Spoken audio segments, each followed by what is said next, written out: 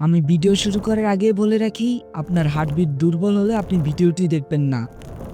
আজকে আমরা জানবো আপনার হাতের আঙ্গুল পড়ে গেলে আপনি কি করবেন, এবং আপনার লিভারে কেউ ছুরি মারলে আপনি কি করবেন, আর আপনার হাতে কেউ ছুরি মারলে কি করবেন। বন্ধুরা, অনেক সময় আমাদের এমন কিছু ক্ষয়ক্ষতি হয় যেগুলো আমরা চাইলে তখন ভালো করতে পারতাম, কিন্তু জানা না থাকে আমাদের ক্ষতি আরও বেশি হতে থাকে। আর আজকে আমরা আপনাদের এমন কিছু তথ্য দেব যেগুলো আপনার সারা জীবন কাজে লাগবে।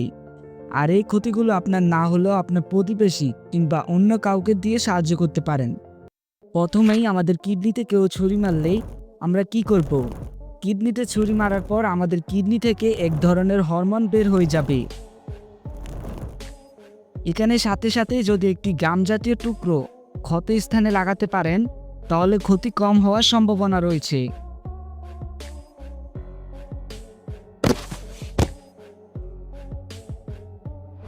ধরুন আপনাকে কেউ ছুরি মারলো, এখন আপনি কি করবেন? সে ছুরি কি উঠিয়ে ফেলবেন?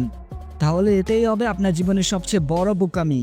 কারণ আমাদের হাতে বেশি ছুরি ঢুকে গেলে তা বের করলে আমাদের শরীর থেকে আরও বেশি রক্ত বের হতে থাকবে। আপনি তখনই এই দুর্ঘটনার জন্য ডাক্তারকে ফোন করুন। ধরুন আমাদের হাত থেকে একটি আঙ্গুল পড়ে গেল, তখন আপনি কি করবেন? আগে আঙ্গুলের ওই স্থানে ব্যান্ডেজ লাগিয়ে নেবেন। পরবর্তী যাওয়া আঙ্গুলটি পরিষ্কার করে হাসপাতালে চলে আসবেন। চলে আসার পর ডাক্তার প্রথমেই আপনার আঙ্গুলটি সেলাই করে নেবে।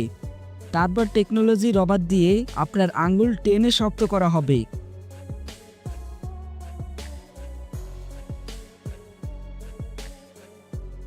যাই হোক, আপনি যদি না জানেন তাহলে বলে রাখি, প্লেনে 5 টাইম উঠলে কখনোই জানালা খুলবেন না, কারণ এতে বাতাস ঢুকে যায় আর যে কারণে অনেক বড় দুর্ঘটনা হতে পারে।